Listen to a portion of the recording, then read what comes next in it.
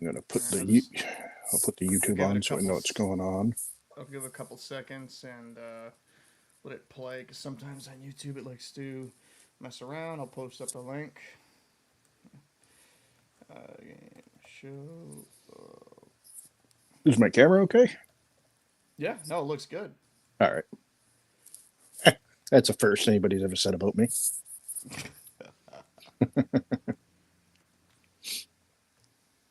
And I'll post it. All right. Alrighty, so that was a big win by the Bruins. They win 6-3 against the New York Rangers. That was kind of nice to see after last couple of games by the Bruins, or actually last week or so from the Bruins. Uh, what were your thoughts about the game? Complete 180. Yeah. Um, I I don't know. They actually played the system correctly. They got the Rangers to spread out, Mm. and that's what happens.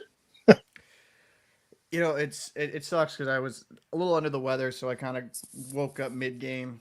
But when I woke up and I saw, I was like, wow, the Bruins are up 4-1. I ended up watching a little bit of highlights, but it seemed like they limited them to very minimal shots through that second period, only allowing two. First period shot total 11-8 in favor of the Rangers. I mean, you kind of have to wonder where exactly has this version of the Bruins been? Because the New York Rangers are a team that just made a trade for JT Miller, who had 2 goals tonight, and they're Yeah, looking to kind of fuck him. play for that play for that final wild card spot.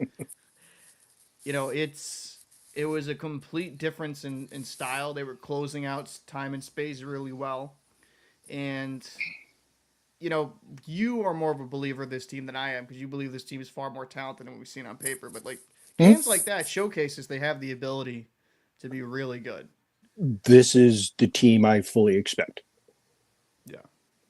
I mean, was it a great game? No. Was it a bad game? No. It was an above average game. And don't get me wrong, the Rangers did not play poorly either, for the most No. part. They had their moments, but for the most part, they played a real hockey game. It was fun. But imagine paying $12 million and your Oh goalie my becoming god. a sieve. Oh, wait, yes, I can imagine that. Oh man, with Boston fans, I will say this. I'll be a little bit of critical of Swayman, especially in that third period. I'm not gonna blame the third goal. That was a nice redirect, but when that guy was coming down, and what he shoot essentially the goal line, it goes off the bar, and he gets lucky. It doesn't go in. Yeah, I mean, that's not oof, luck. That's not angles and skill. angle. Angles and I skill, mean, that's all he could see. it was that was kind of a that's kind of one. It's like, wow, if that went in, that's backbreaking. But I mean, yeah, if I would say this, it's hard to see. What was it? That was his eighth game, I think, for Shosturkin, where he lit up 5+ goals this season. Yep. Yeah. And considering you're And paying him that amount of money, that's a lot. well, I mean, this year he's still at 5.5 or 6.5. Right. So it's not as bad, but still. Still, Um, I mean, there's not much you can do about the backdoor goals for Swayman. The Bruins run like a picket fence yeah. and try to block the pass through the seam and never seem to get it. So you really can't blame him on that one. There was one that went to the sway hole, which if people in the group are here and they don't know what the sway hole is, it's between the pad and the blocker underneath the arm. That's what Yeah. we No. refer to as the sway hole. That's where a lot of his goals were going. So I mean, so it is it's a very good win for the Bruins, and considering that they could have just let this snowball after getting kind of mollywopped by the Winnipeg Jets, I was hoping that they'd have a good response, hoping they would bounce back. But this team, for the most part this season, seems like when they get punched in the mouth, they don't really respond as well. But I mean, at home they have a pretty good record, so that helps things. But I've definitely encouraged from this performance. I mean, if the Bruins can have more nights like this where they're a little bit harder to play against, they're taking away time and space, and you're having when you have David Pastrnak produce 4 points, that always helps. A hat trick and 1 assist. Yeah, but something But happened tonight that you and I discussed last night. mhm. You had Patra stagger shifting on the first line. Yeah, and he looked good. Like He Matthew, I looked thought. he was good. Wallstrom was very good. Kiki was good. Um, I'm not sure if Frederick played. Um, Everybody else looked really good. Yeah, You know, yeah, I liked what I saw from Matthew Patra. I think he's one of the. I firmly believe he'll be eventually a good second line center at the NHL level. But kind of put him out there. I mean, it was a simple play, the pass over to Pasta who ripped it. But that's just oh, on when on his second goal. on his second goal. The play I really loved is when Patra was in on Fox, and Fox played terrible defense. Let's just call it what it is. I don't know what Fox was doing. It was like Charmin on Patra. Patra spins off it, throws it right in front, and bang, goal. Mm-hmm. It was a beautiful play, and he shows you these flashes that makes you really believe, like, man, this kid, once he kind of figures it out, the NHL level, gets used to, I would say, the physicality, the time and speed, he'll he'll be really freaking good. I mean, he got And mushed early on, and he came back like it didn't phase him, so that was good yeah, On the Lindgren penalty. which is good. I mean, it's going to be interesting to see what they do for the Bruins going forward. Like, what's the lineups? Like, are they gonna start just allowing guys to gel and This should just be the stay lineup. together? So, because I liked what I saw from Coyle, was that Coyle, Lindholm, and Marchand, right? Mm-hmm. I did like what I see from Coyle on the wing. Like, he's a bigger body, so he can use it to be power around guys. I do think it is important, if the Bruins want to build off this, just keep the same lineup Yeah. as much as you possibly can, and allow these guys to develop some chemistry, or force them to get some chemistry. Yep. You know, because they do have some solid players in this lineup, and we should be producing more often than not. And we can't just become a one-line team, because that's where we've pretty much been for a stretch here.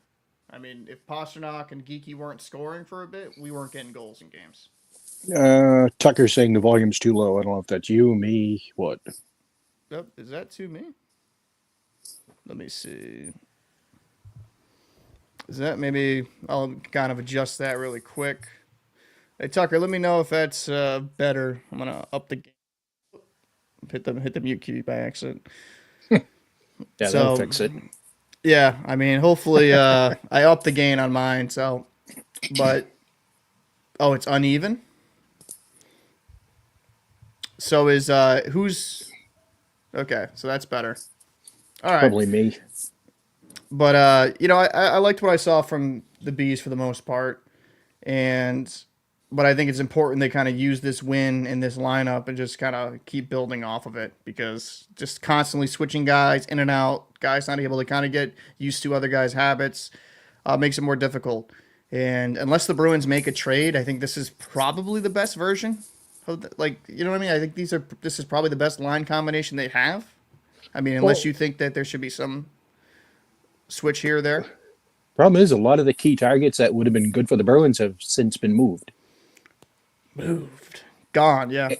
and or injured because Yanni Goudreau, whatever the hell his name is Gord, yeah, Yanni Gord. out for 5 to 7 weeks. Oof. He had a I'm sports hernia surgery, so he, I mean, that's not great. That's not great at all. I mean, because kind of talking about that, because we saw Michael Granlund traded to the Dallas Stars with Cody Ceci, which makes and Dallas much, much better. I mean, Granlund's a guy that, when you look at his track record, has scored 60 points relatively consistently throughout his whole career, Yeah. and he's a very good player. And I was a little bit. I mean, it makes sense to move Granlund if you're the Sharks, because you're not gonna really be like you're not in a win now mode, right? But now the Sharks get him and CC. And while I'm not the biggest fan of CC, he's a serviceable defenseman. You get another extra, you get some more depth. He's he's one of those guys that steps up in the playoffs, though. Yeah, He becomes very noticeable late in the season. So it is kind of a miss there for the Bruins. I don't know what you would give up on that trade because, obviously, kind of picking up the trade now. a 25 number one pick and a fourth rounder or a third So rounder. this is yep, a 2025's first round pick and a 2020 fourth round pick.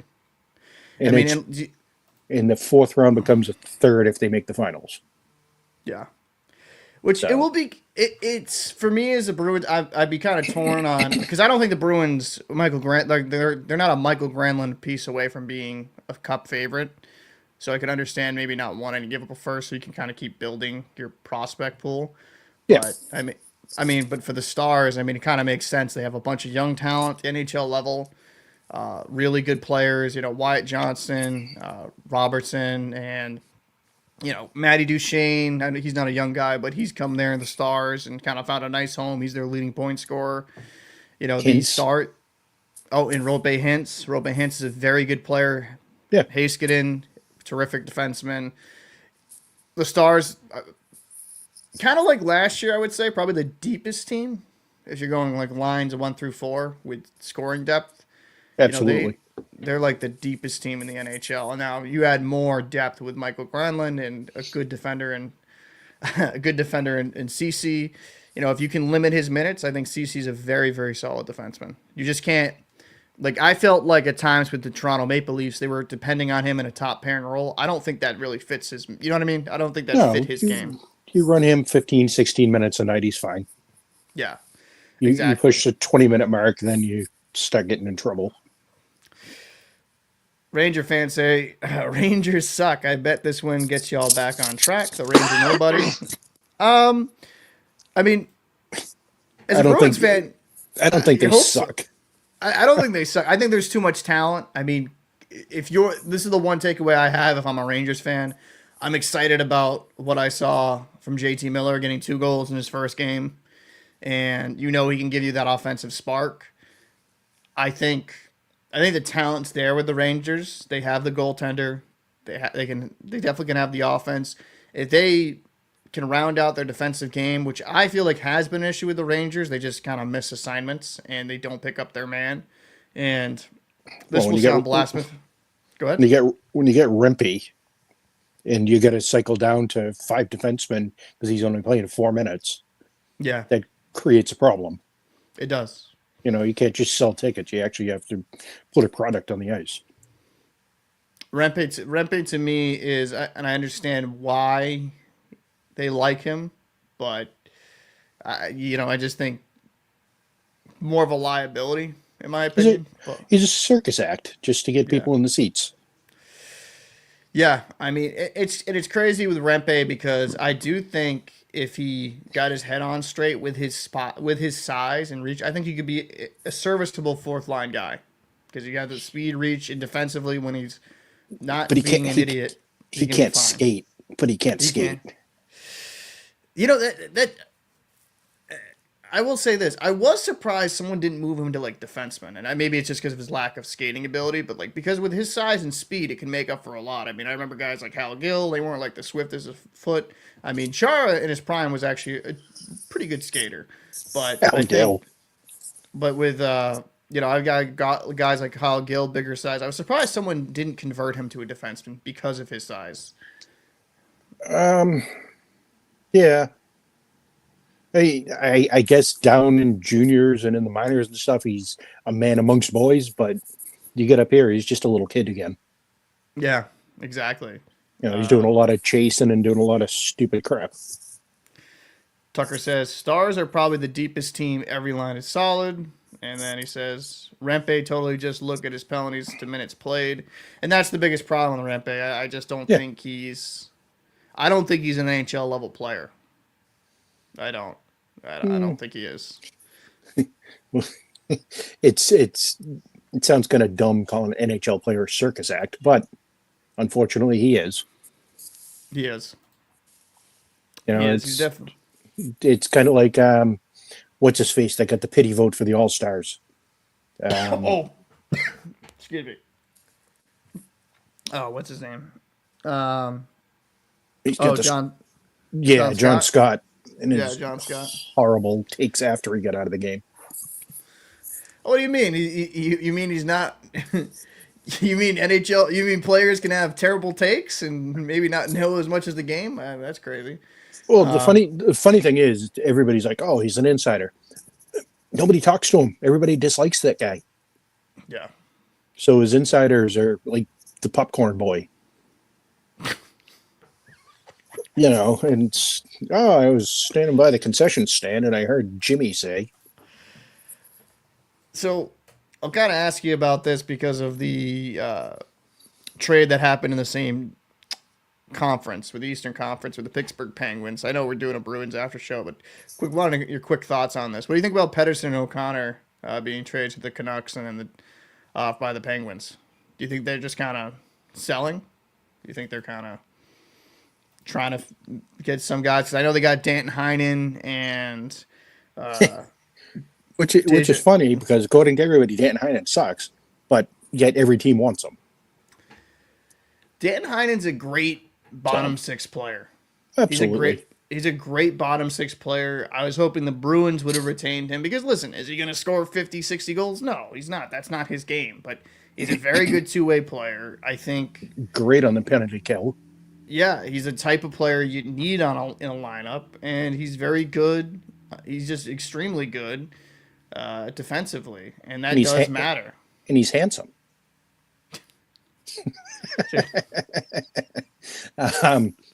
Now back to seriousness.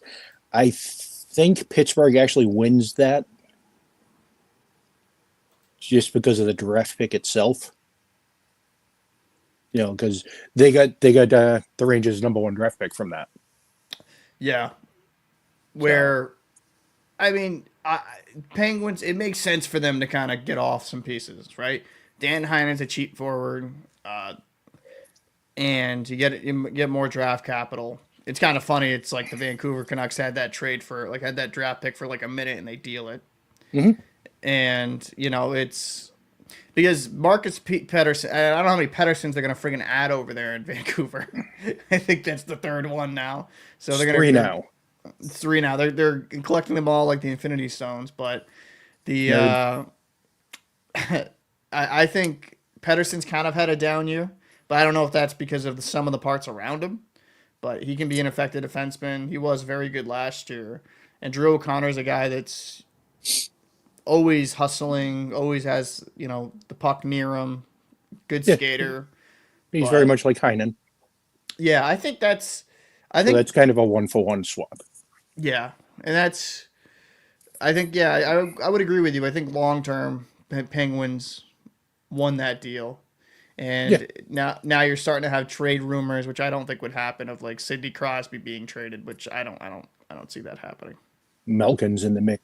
Malkin is in the mix of the trade talks too. But he's hurt again. Yeah, he's always kind of banged up. For a big Russian, he's dainty. So actually, I shouldn't say that. He's a tough son of a bitch. So the kind of getting back to this game though, do you believe that this could be a jump off point for the Bruins and have them start rattling off some wins here? Do you think this could be a good confidence builder? The problem with that, it's a loaded question because they've had these games before. Yep. And completely shit the bed the next game. So I need to see something at least similar for 2 or 3 games to feel a little bit better about it. Yeah.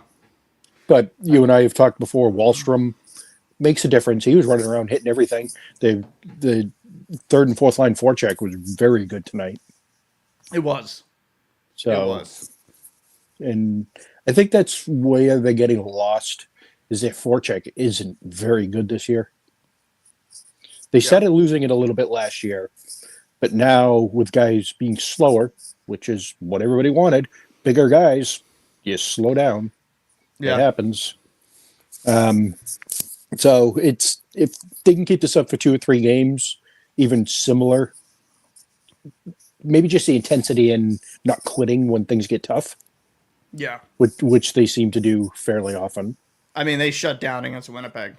Yeah, It was not a good look for by the Bruins, but and I would even say against the Rangers, a little bit of a concern for me is the third period.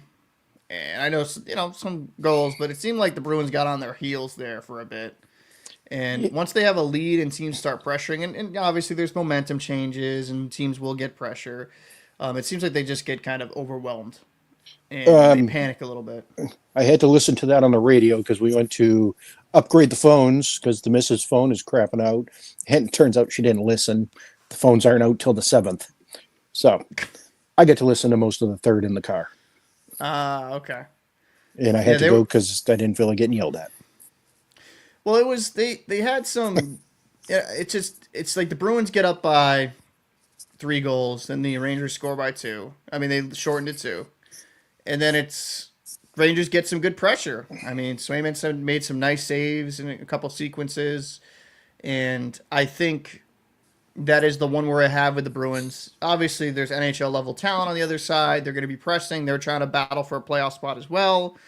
But it seems like even when the Bruins get a lead, but it gets late in the game, they just get a little bit nervous. They grip their sticks just a little bit tighter. And instead of making that smart hockey play, taking that extra second to pick up their head and maybe pass it to the center on the breakout, they just kind of start flailing it up the boards again. It's like it's just bad habits start kicking in. And that's I one thing mean, that I kind of noticed. it.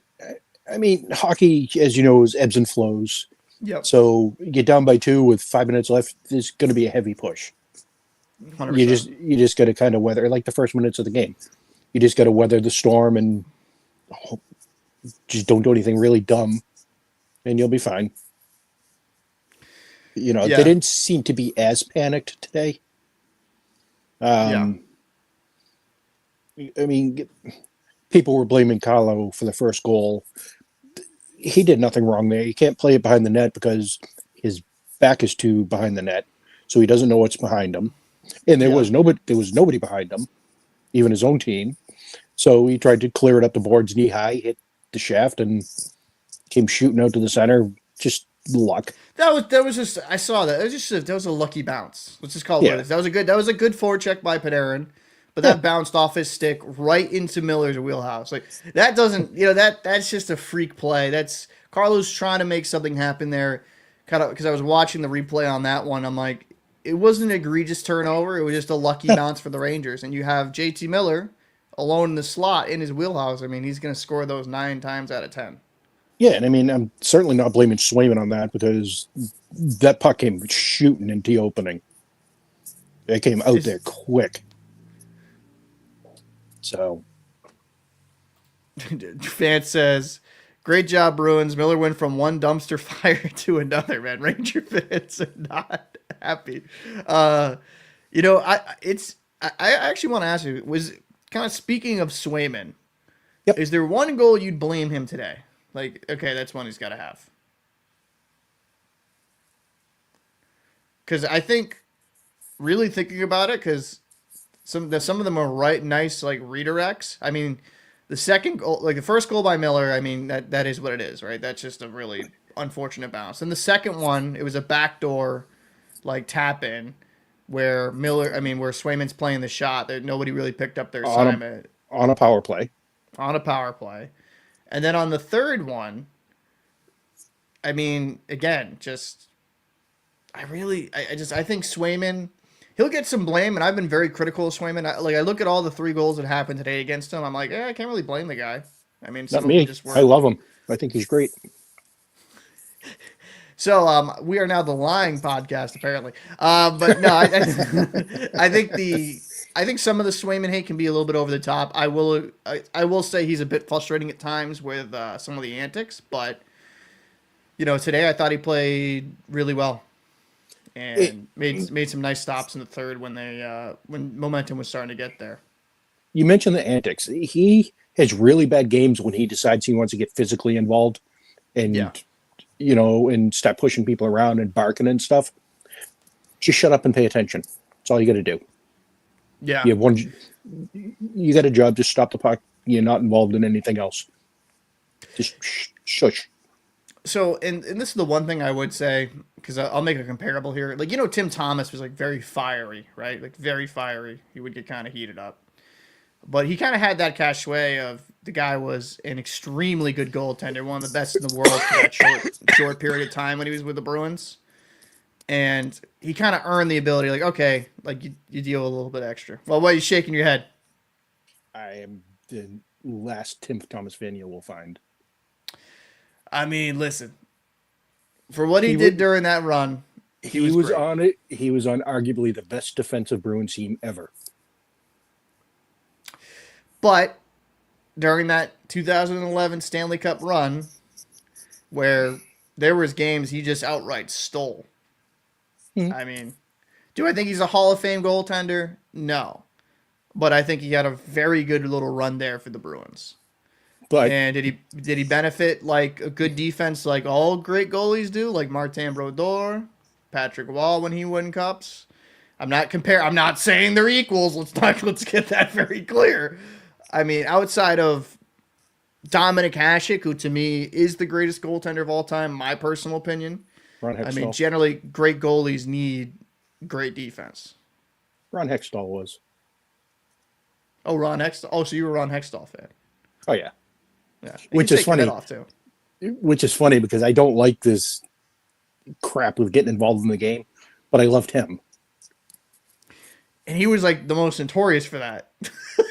Yeah. He'd take your head off with his goalie stick. That's where my conundrum is. So, but I do agree. Like when the antics are a little bit much with Swain, but he hasn't earned that cash way to kind of even get away with that type of stuff. Like I need you to stop pucks, be good, earn that $8.25 million contract. And today I thought, all things considered, he did great. I mean, Yeah, I thought he was fine tonight. but we need more of those performances where it just kind of makes him looks good, which I was averaging it out last, I think 14, 15 starts for the most part. They've been good quality starts by Swayman. The most part, yeah. Outside of the really bad one recently where he was just Against Ottawa? was it Buffalo? Oh, Buffalo. Yeah, the Buffalo Yeah. one. I'm like, oof. The team didn't play well, but I'm like, oh my god, like neat save. Yeah, So- but then unfortunately Corpy came back with the next game, which I'm surprised they ran Corpy in that game. But so there's something going on with that whole Swayman situation where they ran Corpy against Winnipeg. Honest question here. Unless it's a showcase. Do you think it was the right? Do you think it was the right decision?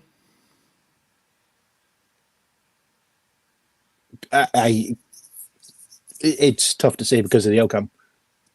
I think either way it was going to be the same outcome. Agreed. But I don't know if it was a showcase so they could say, hey, our backup can play big minutes in a big game. Anybody need him? And this is So we talked about the great performance by the Bruins, 4 points tonight by Pasternak. Kind of talking about going forward, right? Mhm. If they can get in a little bit of a win streak here, do the Bruins become buyers, or do you kind of say they just stay pat and kind of just see how things go? they should do just generic hockey trades. You lose Frederick, you lose Brazeau. Yeah. What would you get? What would be the return on that? Would you just want draft capital? Probably, because, I mean, you got Wallstrom that can fill in for Brazeau. Yeah. Once Castellet comes back, I love the story. We talked about this last time. I love the story about Braz and all, but come playoffs, he's going to be minimal. Yeah. He's not going to matter. And Freddie, I don't dislike the guy. I just don't like him at the same time. Yeah. He's just not fitting. I mean, I'm sure he's a great kid. I'm sure he's great in the locker room. I've talked to a couple of people that know him, and they said he's a wonderful kid. But just like Donato, maybe just a change of scenery. Could do good for him. Yeah, you know, Change thing. especially being a contract year, I have a big issue with the way he's playing. It does make things interesting for the Bruins because a lot of the bigger fish in the market have been dealt, right? Granlund's gone, Miller's gone. Miller was never coming here, but he's gone. Granlund, he's gone. I mean, who really is out there for the Bruins? I mean, Taylor Hall got moved in that deal, right? Who's out there for the Bruins even really, if you think about it, that they could go inquire to have an upgrade where you wouldn't have to sell a bunch. Yanni I mean, Gord, yeah, but again, he's out 5 to 7 weeks. He's not going to be skating before the deadline. So I mean, they could pick him up and flip him, yeah. but probably pick up a second or a late first. Um, what's his face from Anaheim? Of Zegras. Zegras. Yeah, but rumor is he's a problem child. He's kind of full of himself. Does he really fit here? Do you think maybe getting traded would lessen that ego and humble Get him? him get him out of California. Yeah, I mean, a lot of these guys' attitudes come from location. I mean, hockey players in general, the nicest athletes you're going to meet. I've yeah, met plenty of athletes from all around sports, yeah. and hockey players are by far the most down to earth, charitable, nicest people. Yeah, I So, actually would agree with that. and a lot of that becomes from when you're playing younger hockey, you actually have to get good grades. College, you actually have to maintain your grades to play, unlike football or basketball, where it's not so important that you take underwater basket weaving. So, you know, I mean, that's it's yeah. just me. I would say the hockey players are definitely some of the nicest I've met because I've gone to some. I live in Foxborough. Some nice NFL players, but there's some guys with like some massive egos. Even Mm-hmm.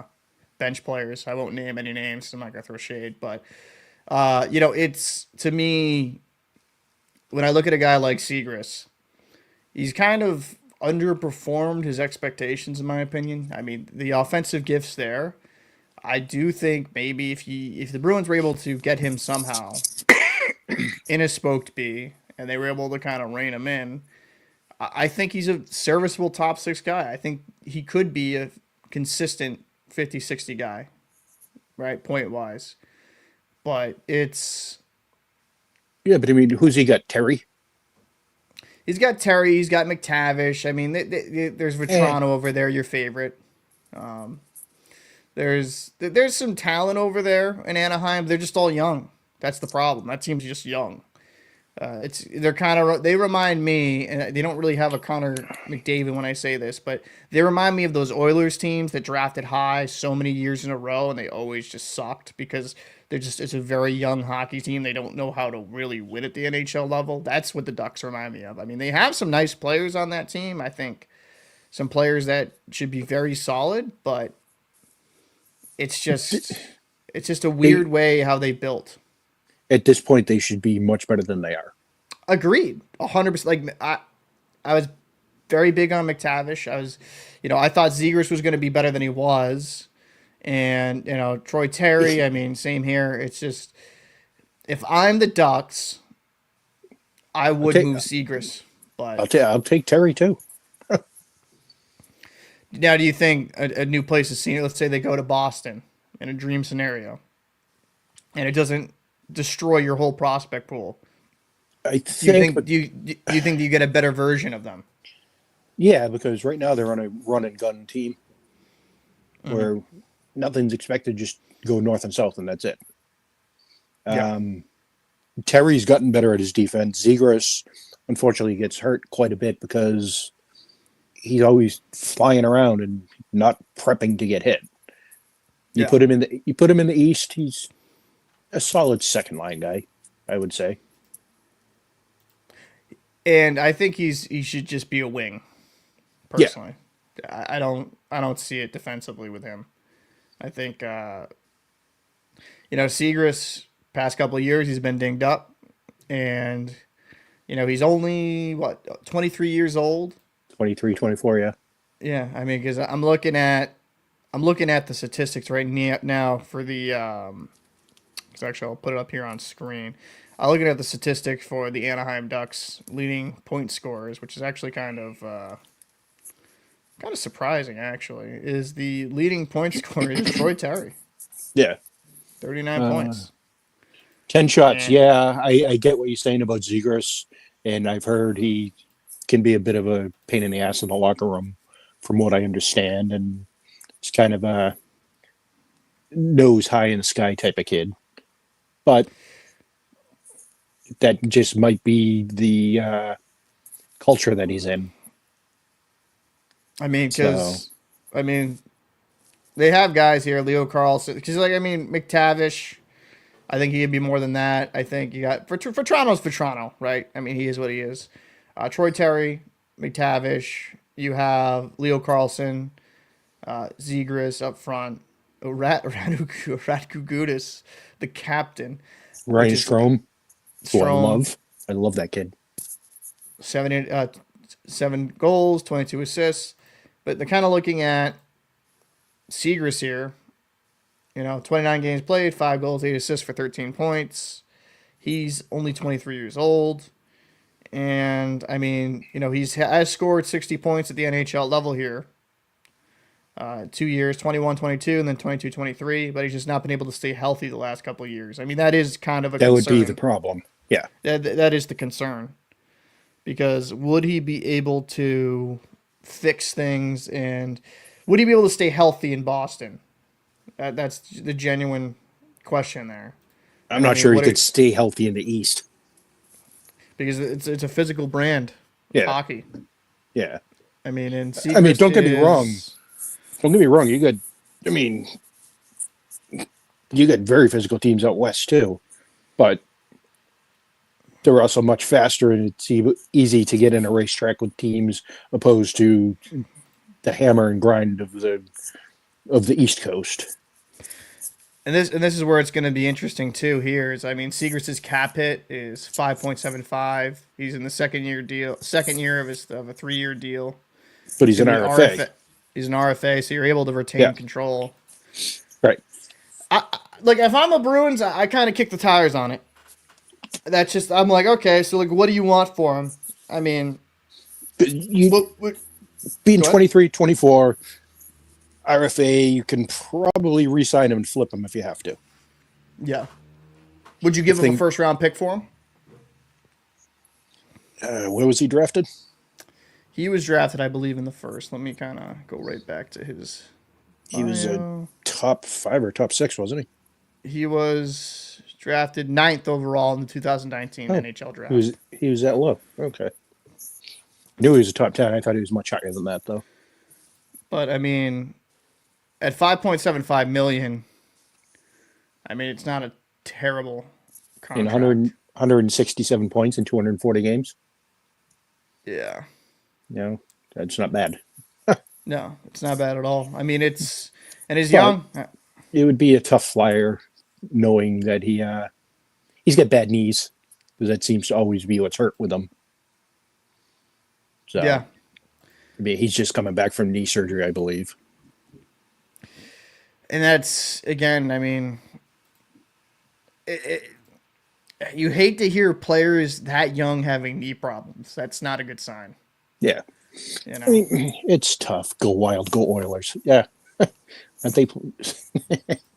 Go Wild, go Oilers.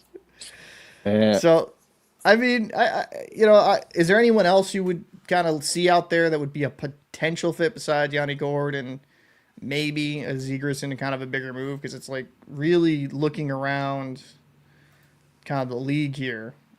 I mean, as much as I wasn't a big fan early on when he was here, is Vetrano, but I don't see them moving him. No, especially because they just extended him. So Yeah. and listen, But they're I'll on the say verge that. of blowing up the team too. I'll say this with Frankie V. I think he's a quality third line player. A quality third line player who has the shot of a top six guy. His shot's great. I don't think you could ever argue his shot. And since being away from Boston, he's developed his 200-foot game more. But I think for Toronto, it's just a very, very nice piece. I don't think he really. I don't know if you agree with it. I don't think he'd improve the roster that much because I feel like we have those type of guys already here on Yeah, the he's roster. he's a small Freddy that doesn't fight Yeah. and scores And, I mean, and is noticeable on the ice. So I digress. so looking around the league, I think the Bruins would have to probably shop out west if they were going to make a trade because looking at the wild card, the Bruins are currently in the second spot, and it's Brock Nelson with the Islanders. Nelson for but the Islanders aren't that far back. You think they'd move? Yeah. Because they're on a 6-game win streak. So it's like a little bit of belief in that room, like, oh, like, we can go on a run here. They got well-known locker room toxic person Tony DeAngelo in the room. So He's just toxic to the human race. He may have changed, but he's still toxic. Whatever. we'll see. He was tearing it up in the KHL. I'll give him that. But it's a shame with DeAngelo because he just can't get out of his own way. He is an NHL level player. He's just a Stupid. dick. He's just stupid. I just, really, is there anybody? The only team in the East I could see possibly happening with the Bruins is maybe somebody on the Sabres, but I don't even know about that. So I think the most likely trading partner would be out west. And, the Sharks, they moved Granlund. Blackhawks moved Hall. The Predators, are they looking to get off of Steven Stamkos? I don't know. And Stamkos isn't what he was in his prime. Yeah, So, but they love him. He loves it. So they won't move him. So I think what we see with the Bruins right now, like unless a Zegras type move happens or Yanni Gord type of deal happens, I think this is pretty much the roster, in my opinion. I don't know what you Probably. think, but It's pretty close. Hold on 1 second, please. no worries. But kind of speaking about kind of the playoff race. So right now here, currently in the Eastern Conference, the West. I'm sorry, Eastern Conference West. Wow, English is hard. You have the Atlantic. You have Florida, Toronto, and Ottawa. So those are the top three in the Atlantic as of current. In the Metro, Washington, Carolina, and New Jersey. And New Jersey, they lost Markstrom, but and won their last game. They're going to try to keep their head above water. Currently in the wild card spot 1-2, you have the Columbus Blue Jackets and the Boston Bruins. And then it's a very tight race after that. Today was a very big win for the Bruins against the Rangers. They needed that win, but you have Tampa Bay with 57, and they have 4 games in hand. You have the Detroit Red Wings with 55. They have 3 games in hand. The Islanders with 53 with 4 games in hand. The Habs with 53 with 3 games in hand. And the Rangers, they lost today, so that doesn't help cases. They're 6 points back with 3 games in hand. And Philly, with only 1 game in hand, they are 6 points back as well. Like, it's a very close race here in the wild card. Tampa Bay's got experience. You had the Detroit Red Wings trying to kind of finally buck that trend. They're on a 4-game win streak. The Islanders have been on a tear with a 6-game win streak. And the Habs this was a big loss today for the Rangers. They needed this win to try to start going the right direction. They still got time, but it's a uphill battle they're facing. Today could have set them back an entire season. Yeah. I don't think it did, but they may just implode at this point. And cause I was going over the how tight the Eastern Conference wildcard race is. Feasibly, it's kind of a stretch, but even the Penguins, even though they've made some trades, they're kind of still in that conversation if they go on a run here. But it's tight, man. This could come very well to the last week, and these type of games against each other matter extremely. Mm-hmm. And that's why it was a pleasant surprise to me with the Bruins. I was a little concerned after that Winnipeg game. Like, oof, will they be able to bounce back? Because they need that win.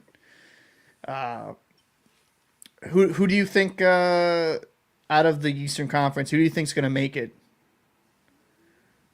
for the Atlantic, for the Metro, and for the wild card? Um, hmm, Boston. All right, there we go. And let me look at something here. I mean, the Senators would not shock me. How far out are they? They're actually currently sitting third in the Atlantic. Yeah, I mean, I wouldn't be shocked if they stick around. I don't think Tampa makes it, to be honest with you. And I'm not surprised to see Detroit make a huge push at the end, too. You know, it's weird, too, with Tampa because they have a very good plus, like a goal differential, plus 35.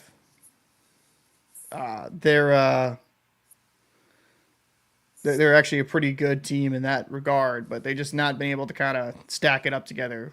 Like they've been 500, 5-5. But go ahead. I mean, I'm just looking at the Metro now. The Penguins will make a push. I don't know how far they get. Those final four teams, 5 through 8, or 3 teams. Yeah, 4 teams. It's going to be really, really tight till the very end. Agreed.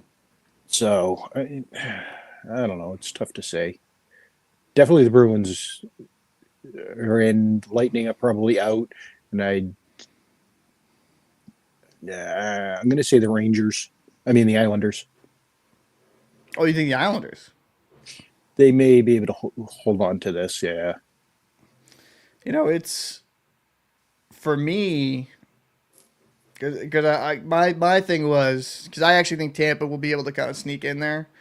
Ottawa, I think it's a good story for Ottawa considering they made the move for Allmark and they've been a team that I've thought the last couple of seasons like okay you should see kind of a jump because they have the talent in house, so it's kind of a good story to see how well they've done.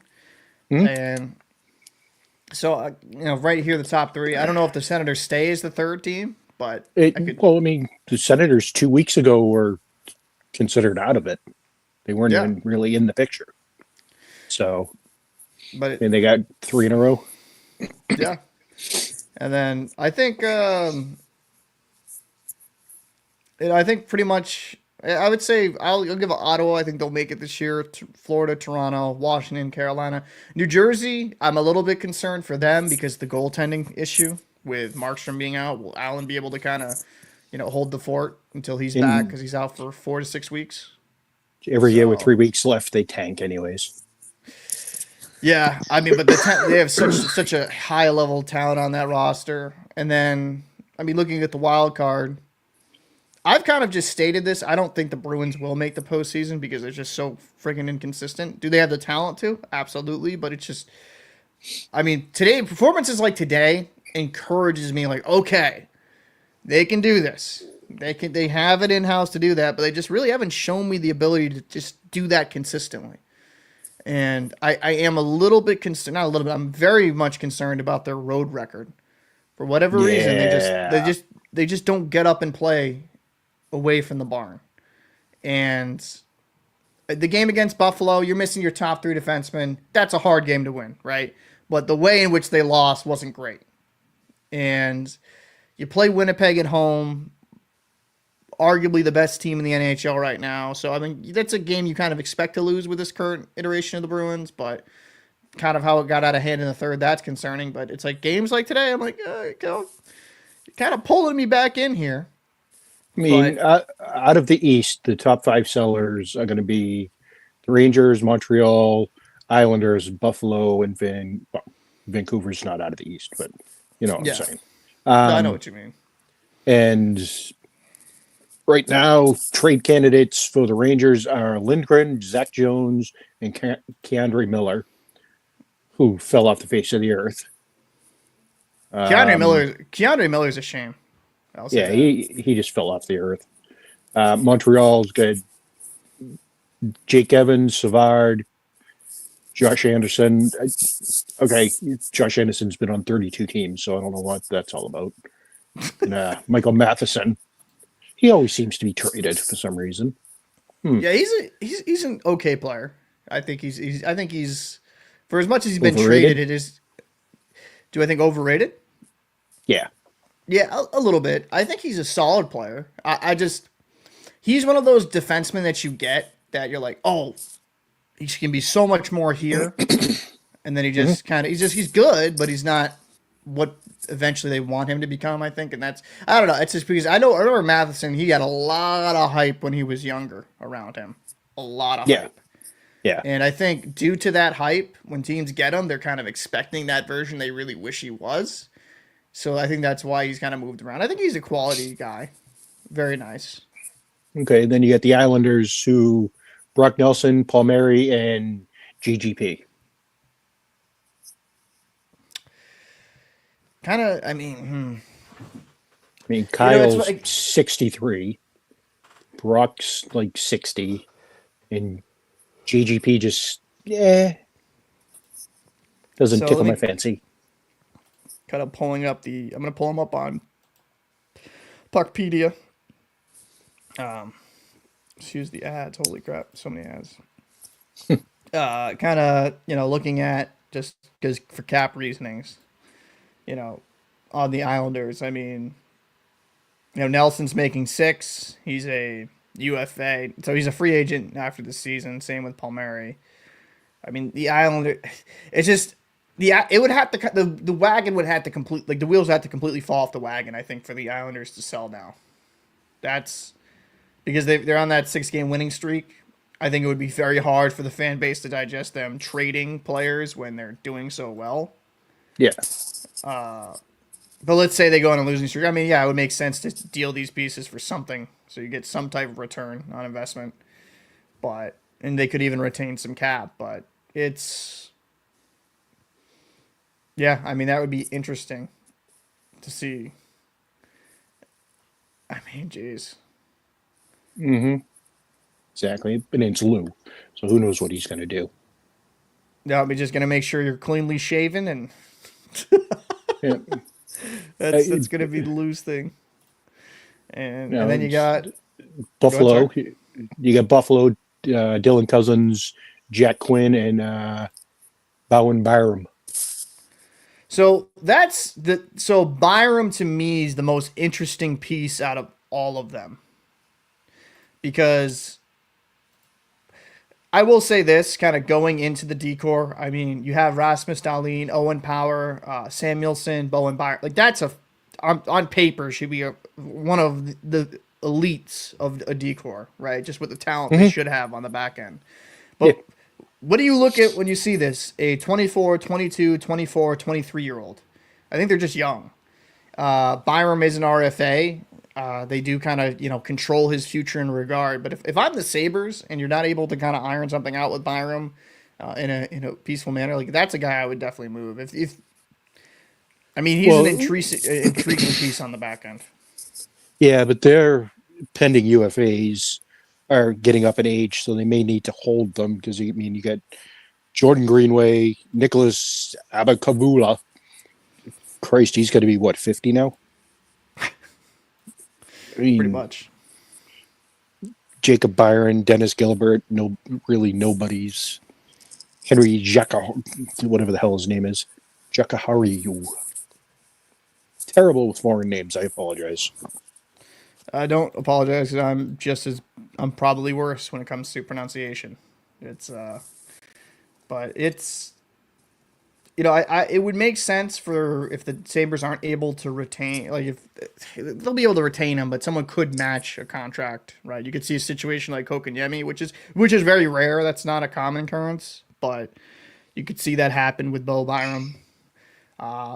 And if I'm Buffalo, maybe you trade Bo and Byram for a little bit of experience because they have some older guys in the room, but I think this team kind of suffers from being a little too young, if that makes sense. Like young and exciting, they have talent, but I'm just, and I could be speaking out of my side of my mouth, but I don't know. I just don't know if the leadership is there in that locker room right now. for him. Yeah, I mean, BetMGM has a top 10 trade prospects as JT Miller off the board. Yep. Brock Nelson, Brock Boser, Yanni Gord, John Gibson, uh, Rasmus Ristolainen, Donato, Frederick, Ivan Provorov, and Elias Pettersson. Actually, I'm going to pull that stream up right now. That page right now. Yeah. So So Besser would be. That would be a definitely peculiar. That would be peculiar with Besser. that would be peculiar after this trade that happened already. Yeah. Because I know him and Miller were not best friends. Nobody liked JT Miller. I mean, Pedersen was beefing with him or something. It was weird that they hated the guy for whatever reason. Pedersen came out and said, "Yeah, he was shocked by the trade. He made me a better player."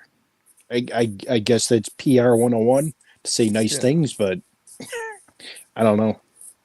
I mean, and the thing is with Brock Besser, let me just kind of move tab over here. I mean, 44 games He's got played, money.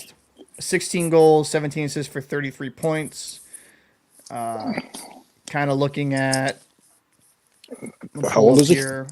He is 27? 27. So, I mean, relatively young. Let me pull up the Puckpedia page right here for Brock Besser. Let me just pull that up. So, share tab. So, Brock Besser, he's a UFA at the end of this year. He's currently making $6.65 million. So he jumps to 7.25 with the quote-unquote mandatory raise. Correct. Give or take a couple of bucks. So, I mean, if the Bruins, I mean, I don't know if that happens. You know who would look really good in a bespoke beat for $5.5 million? Be Drake DeBrusk. But absolutely would. I will say, that, you know. Oh, imagine going into that dumpster fire in Vancouver. You know, it's. You know what's crazy? Because I wasn't the biggest DeBrusk fan, but I thought he was a solid player, and I thought for what he signed, the Bruins should have tried to retain him. But I know they wanted to go after the big fish. They wanted to get the Lindholm and Zadorov. Yeah, it was his choice. He needed to get out of here. But I mean, I liked him as a player when he was healthy and when he was using his legs. Like when DeBrusk was skating, he was a force out there. So I'm kind of. It's been nice to see. He played good with a broken leg. Come on. Yep. But a lot of people hated him for whatever reason. Because he was inconsistent, blah, blah, blah, blah, blah. But unless you're one of the elite of the elites, you're not gonna. Because he was Donnie's number one draft pick, and he wasn't a perennial all-star. He wasn't scoring 50 goals a season. Blah, blah, blah, blah, blah. I mean, he has 51 games played, 18 goals, 13 assists, 31 points. I would love that on the Bruins. I don't know about you. Yeah, no, he's been playing very well. So good for him. I'm happy. I'm happy for DeBrusk. He was. I thought he got a little bit of a rough deal over here. Yeah, because people can be dicks. You're not wrong. So, you're not wrong. So kind of going back to kind of this top 10 list. Actually, this is a nice list. So JT Miller off the board. Brock Nelson, depends on how the Islanders do going here. Brock Besser would be an interesting piece because the Canucks could theoretically just absorb half of his cap because he's getting off the books at the end of this year anyways. Yanni Gord, John Gibson from the Ducks. He's had kind of a bounce back year with the Ducks, but yeah, I don't know if bounce back. I think the team in front of him has always kind of sucked, but I also think there's been a little bit of a decline there. I mean, it's weird because every year he has to get traded, and then they re-sign him, and he does well for a year, and then he kind of falls apart. So I mean, I'm pretty sure he signed a big contract over the summer. No. Yeah. Yeah, I believe so. So I'm actually let me look on that. But also, someone kind of asked, what would a Marchand trade look like if they were to move him? It's a first round pick at minimum. It also depends on where he's going.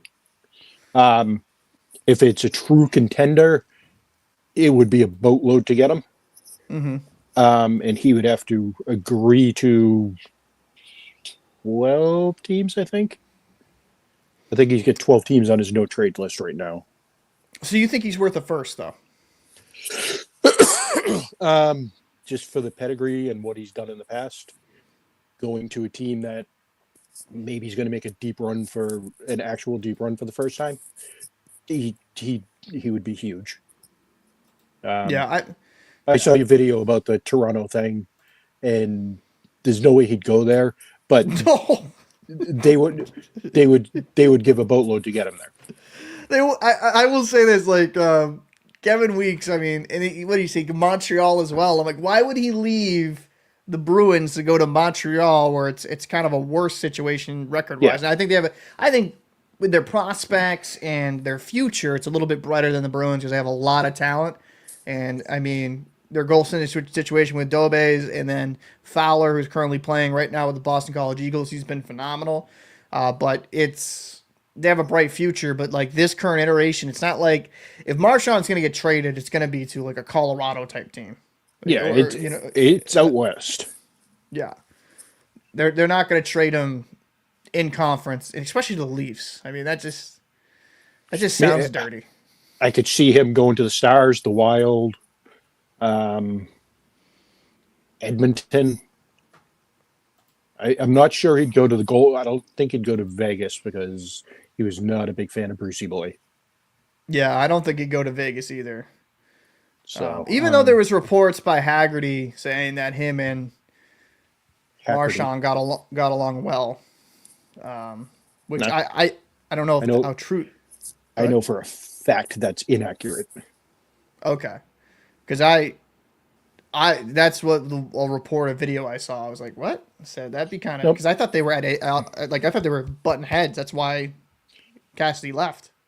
There was a moment, which I know this for a fact. People are going to try to pull crap on me on this. I know for a fact there was a point near the middle of the end of his run, of Bruce's run, that Bergeron, him, and Carlo all stood up and told him to fuck off.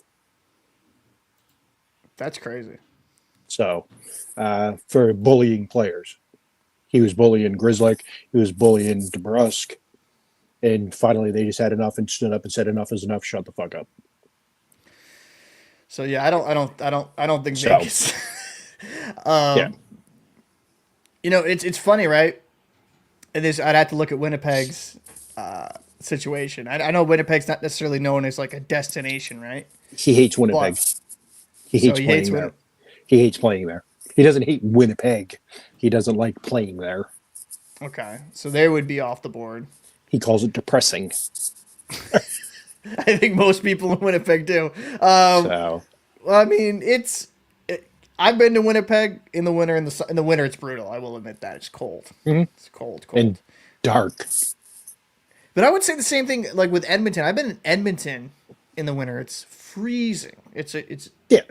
oh my god, it's miserable at times. But yeah, I mean Winnipeg's kind of got that rep. But I mean, just I would say just on paper, I mean, if you added him to the Jets and they didn't, and they gave up a first for him, I mean, that's just it's a pretty good lineup, honestly, because they already have two 30-goal scorers. I keep looking at the Avalanche. I think he fits very well with the Avalanche. They freed up a lot of money, so they might be able to absorb it. I could see him on the Wild because they're a very scrappy, in-your-face type of team. The Stars, he'd be really good on. Anybody in the Central, to be honest with you, Yeah. including Utah. I mean, so because I brought up the Avs depth chart, and they would have to move a piece to make room for Marshy, but I mean, McKinnon, Natchez, Druin has been the line. I don't know why they have that. Whatever, but let's just go down the list. Lehkonen, Middlestat, Parsonen, Wood, Drury, Colton. I mean, I think if you added Marchand in the second line with the amount of talent that's on this roster for the Avs, I think it'd be a nice little get. Because is he prime Marchand? No, but he's still very good. We can say that, and it wouldn't be relied to be the first best, second best, or I would arguably the third best player on that team, right? Because I mean, you got McKinnon, you have Makar, you have Natchez. I mean, there's a ton of talent over there. I could see it working in Colorado if the Bruins started slipping. I send Wood in the first round pick. I mean, yeah. I mean, I'm a big fan of Wood, so I said he Wood. was he was in Jersey, right? Yeah, That's where I really kind of remember him from. yep. He's a good little player. Um, Sliced his but hip open in Boston. Missed a yep, bunch of time. that's right. That's Yep, right. I just remembered. That's right. was his? I think it was his hip. Yeah, I think And he. It was. I'm pretty sure it was his hip, and it was a pretty good gash that he was out for an extended period. and what other team did you mention? Colorado, Utah. uh, Utah. Yeah, I mean, let's see. Pull them they're up. fifth. They're fifth in Central at the moment. Utah. You got the lineage of Doan still there. Keller, Kerfoot, Schmaltz, Chelly, Hayden. I think where's is he on IR or press box? Cooley's on press box. He's injured, lower body. I mean, the thing with Jersey. Marchand, he's not a money guy, so it's not going to take. It's not going to be like, oh, whoever's going to extend me for the most, unless it's like Winnipeg. Then they're going to have to pay him to stay there. But Pay him 10 mil per year. yeah, Um, yeah. I so mean, but I don't see him as a money guy. And Utah's got plenty of assets to ship around. so 10 And I, shot says Colorado or Pittsburgh. I don't think he'd go to Pittsburgh, even though he gets along. Like Sidney Crosby, actually, every time they play international play, he wants Marchand on his line. yeah, they're So like that best friends. so I mean that would work. I got this wouldn't happen. Dream scenario would be Crosby coming to Boston, but that won't happen. But um, No, I you know, oops, my computer died. I, I I keep looking at Colorado, and I think a player like Marchand puts them much closer to over the top. yeah, So I think Colorado would probably be the best fit next. Well, fit wise, the Stars with the amount of depth they have, that would be a ridiculous roster if they were able to kind of get Marchand for futures, because that then would be it's a cup. like, They'd win the cup. yeah, I mean they'd be a heavy favorite to win the cup easily because looking at pulling up their depth chart now. Share this tab, please. Thank you. Looking at their depth chart now, if it will pull up, I mean, Rope Hintz, Wyatt Johnston, Jason Robertson, Duchesne. You have Stankoven. You just brought in Granlund. You have Jamie Benn, which take it or leave it with him. Um, I Good like him every player. other game. Yeah, I mean, and then you have where's Sagan dinged up, I think too, He's hip very surgery. injured. Yeah. Yeah, so Heiskanen will come back. I don't know if he's playing in the Four Nations, but yeah, Oh, because Heskin. Sagan's yeah. I think he bowed out the other night. Uh, so that's a big loss for them. But I mean, like, I mean, you added Marchand to this lineup with the scoring ability they have. It's like, yeah, that would kind of put them over the top, really. And it gives him a little more scrape, a little more Yeah. sandpaper. Same with the Wild. The Wild become probably get much better with him if he'd stop trying to dipsy doodle through two guys at once. But So Zach Hayes says trade Coyle and Freddie for picks and cap space. what exactly do you, Zach? What do you get for Freddie and Coyle? I That's the don't think problem. much. I don't No, think much. yeah, you get a It's couple of thirds and a couple of fourths, maybe, which equates to 12%. currently I know the Bruins are tight up against the cap, but and I'm Uh, not a okay, 178,000. It says current 172,000, and then 68 projected. I think that's because of like they shift money around. yeah, But like looking at Charlie Coyle, I mean, you get another year of control with him. He's making 5. I think for what Coyle gives you, especially with the cap going up, he's kind of a bargain. It was a He huge becomes contract when it happened. Now it's yeah. Now it, it's going to be a bargain. It's it's a aged. contract. Yeah, Yeah, it's like next year if it goes up how much they say, it's like yeah, that's going to be a good deal. Zaka, I think for what he is at 4.75, it's like that's fine. I mean, what are you going to get for Coyle and a guy like Frederick? Probably not much. I don't think you'll get like again if the Bruins just fall off the map. Sure, maybe consider it, but like I would move Frederick because I don't think I would rather retain Wallstrom and see what you could get more out of him because I think there's inherent more ability with Wallstrom just personally here, for my opinion. And you get the hustle, you get the speed. With Coyle, he's a bigger body, and I've been kind of in the trade Coyle group for a while, but he's got a permanent no move clause there, doesn't he? yeah, he does. He has a complete. Let's see. I'll even pull it up right here. He has a no movement clause. Yep. So and For the it's for the entirety, I believe. yeah, you're right for the absolute complete entirety. So I think Yeah, for me, when I'm looking at a guy like Coyle, like I don't think he'd want to go, but I also think he has some. Uh, if you're reasonable with your expectations, I think he's a solid player. I mean, this year, 19 points in he's fine. 53 games. I've He's never had a fine. problem with Coyle. I mean, yeah, I, the contract when he first got here was like, what the hell? But yeah. now it's just an average contract for a guy with those points. And he says So, it's let's see. Let me see. Let me pull up the clauses here. It's a 10 team. Oh, so oh, next okay, so right now it's a 8 team no trade list. okay. Modified no trade clause. And then next season it's a 3 team no trade list. Oh, Jesus. So hold him until So, next year. yeah. I mean, Well, next you year could starts July 1st. yeah. I mean, I think if what he says here, this team needs change, can't bring all these guys back. Marcus Peterson got a first. It's Marcus Peterson he's had a rough year this year, but he's a quality defender. I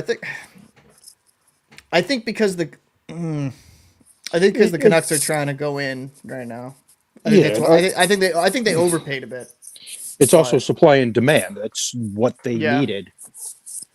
You know, I because mean, who's calling for Charlie Coyle like we need him right now?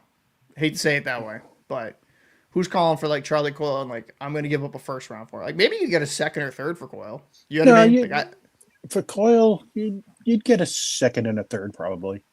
yeah, I think you could get something for Coyle. I'm just not. I'm just not sure you get the first rounder. I think that would be.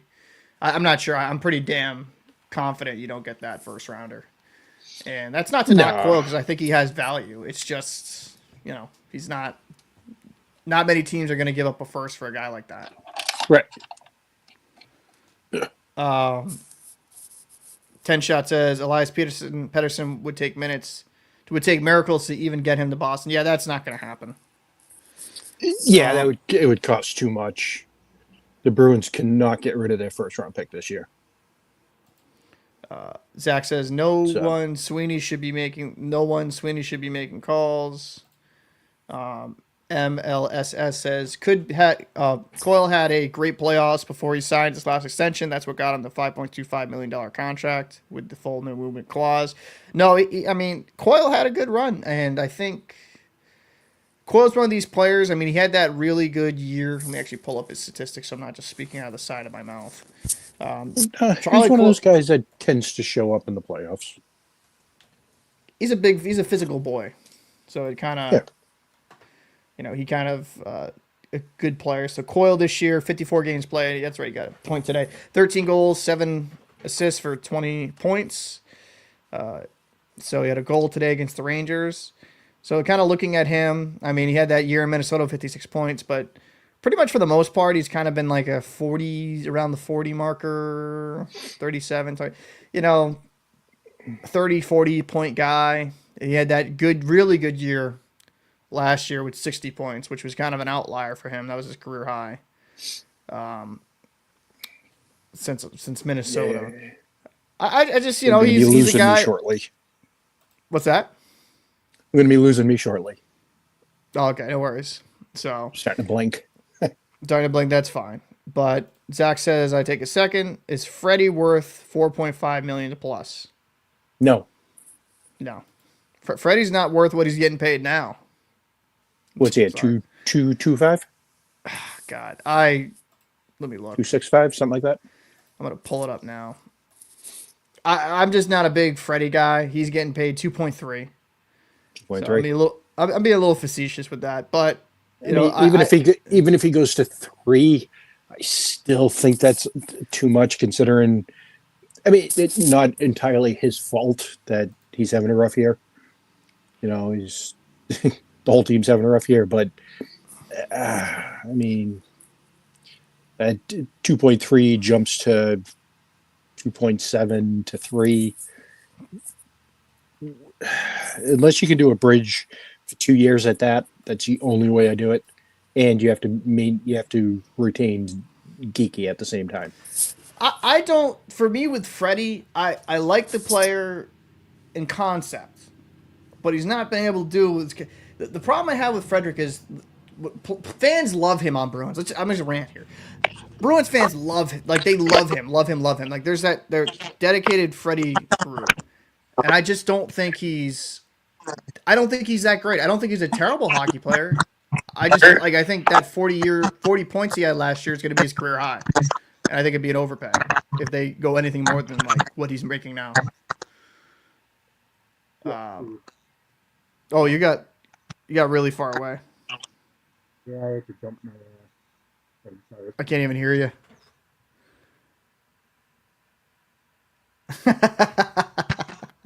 All right, you gotta go. All righty. I appreciate you coming on the show, buddy. So, but yeah. So I don't know. I think personally, when it comes to Freddie, I think there's probably best ways to spend their money elsewhere. Personally, I just think retaining Frederick going forward would be a mistake by the Bruins. And I have nothing against Freddie personally. I don't really see the reason for getting him here. I actually got to start heading off here myself in a second. 10 Shot says Freddie, Wallstrom, and Peak are gone. As for Wallstrom, I think there is a good chance he could come back for the Bruins because you got to realize like they got him off the waiver wire. There's not much there. I mean, all the teams had a good chance to see like inquire on him. He's making $1 million right now. He's an RFA, so they retain control. I don't think to retain Wallstrom. I think to retain Wallstrom, you could pay him under $2 million. And maybe if you pay him, I think even if you pay him the same as Freddie, I'd rather that with the salary cap getting raised. I think there might be some more there from Wallstrom, in my opinion, in comparison to what you know. You know what Freddie is. I think he's a guy that can score maybe 30 points in a season. He's going to have a little bit of physicality and jam to his game. When he's skating, he's an effective player. With Wallstrom, I mean, maybe there's a little bit more there. He has a great shot. He has some good speed. I like what I've seen thus far when he's played with the Bruins. He's had some down games, but I think overall maybe you can make him a reclamation project. And he's on the cheap, and it allows you to maybe a little bit more cap space to spend elsewhere to improve the roster. Wallstrom is horrible. I mean, for what you're getting at $1 million, I think there might be a little bit more there. I mean, I've been a little bit disagree there. I like what I've seen hustle-wise. Is he 11th overall? Is he showing out like his 11th overall pick in 2018? No, but I don't think that's. Let's say he walks. Do I think it's a massive loss? No. So it's no. I again, if it was the mandatory raise of like 1.25 or 1.5 million, I think that would be fine with Wallstrom, personally.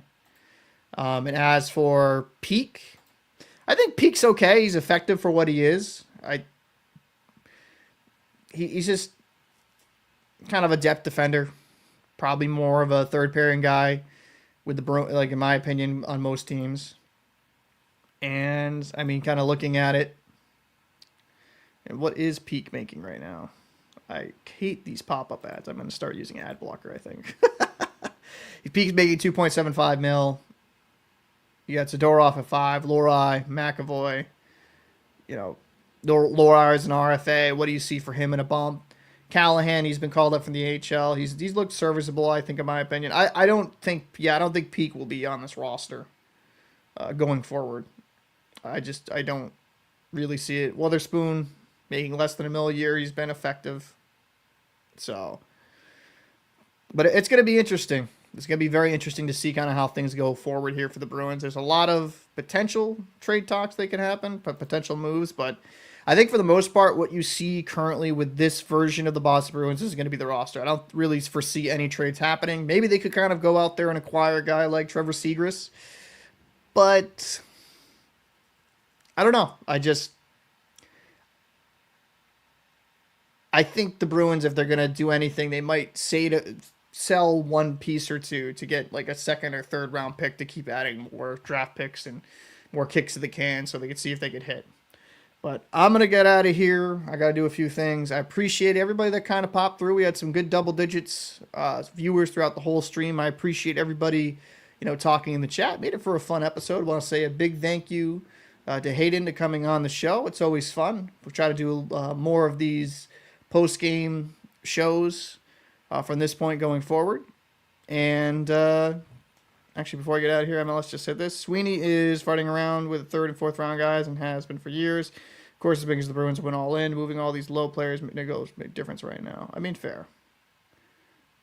I mean, if they can get another second round pick with one of these players, I think that's what Sweeney should do. But appreciate everybody kind of popping through. If you haven't subscribed already, make sure you hit that subscribe button, like, and hit the notification bell as well. I got to do my sellout portion of the stream before I get out of here. And thanks for everybody taking part. See you in the next one.